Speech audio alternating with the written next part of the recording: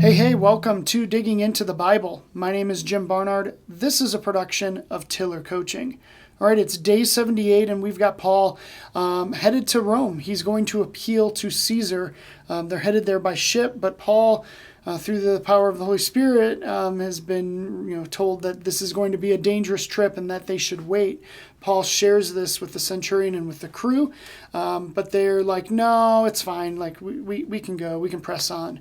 No big deal. Well, it's going to be a big deal, and today we're going to see just how big of a deal. With that as the backdrop, let's go ahead and dig in. This is Acts chapter 27, starting at verse 13. Now when the south wind blew gently, supposing that they had obtained their purpose, they weighed anchor and sailed along Crete, close to the shore. But soon a tempestuous wind, called the northeaster, struck down from the land. And when the ship was caught and could not face the wind, we gave way to it and were driven along. Running under the lee of a small island named Cauda, we managed with difficulty to secure the ship's boat.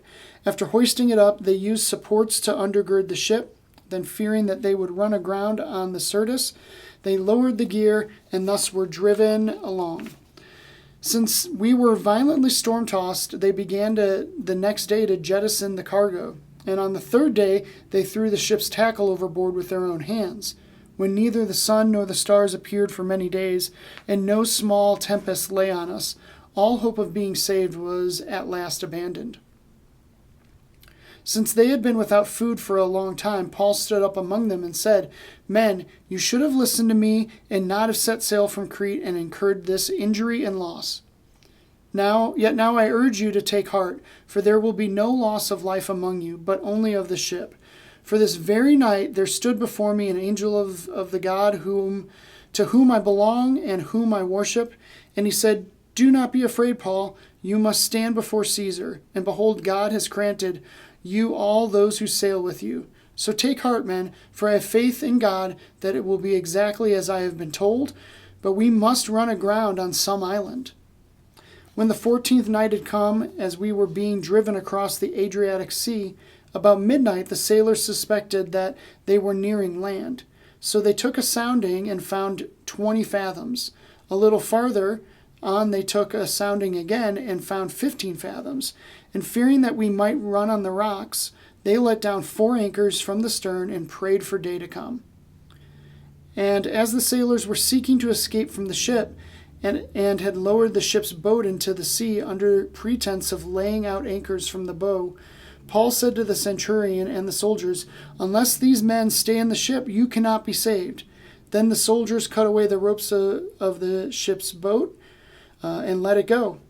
As day was about to dawn, Paul urged them all to take some food, saying, Today is the 14th day that you have continued in suspense and without food, having taken nothing. Therefore I urge you to take some food, for it will give you strength. For not a hair is to perish from the head of any of you. And when he had said these things, he took bread, and giving thanks to God in the presence of all, he broke it and began to eat. Then they were all encouraged and ate some food themselves. We were in all 276 persons in the ship. And when they had eaten enough, they lightened the ship, throwing out the wheat into the sea.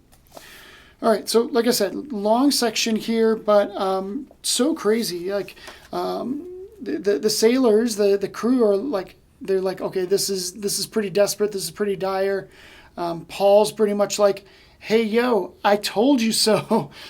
Should have listened to me. We wouldn't be in this situation.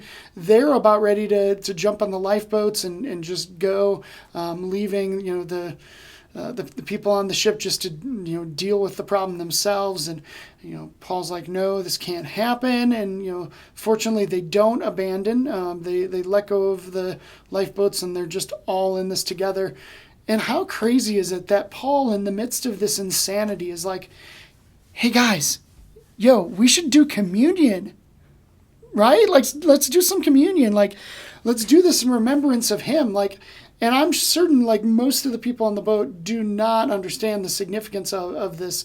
We're hungry, we're thirsty, we're into having this meal, but I'm sure some of the experience is lost on them. But at the same time, the significance might not be lost on them. So they all partake in the Lord's Supper. They have this great communion. And man, tomorrow we're going to see what happens next. This is insane. Like, this can only happen to Paul. God is keeping everyone safe, and it's so good. I love how God is working through Paul and speaking to him.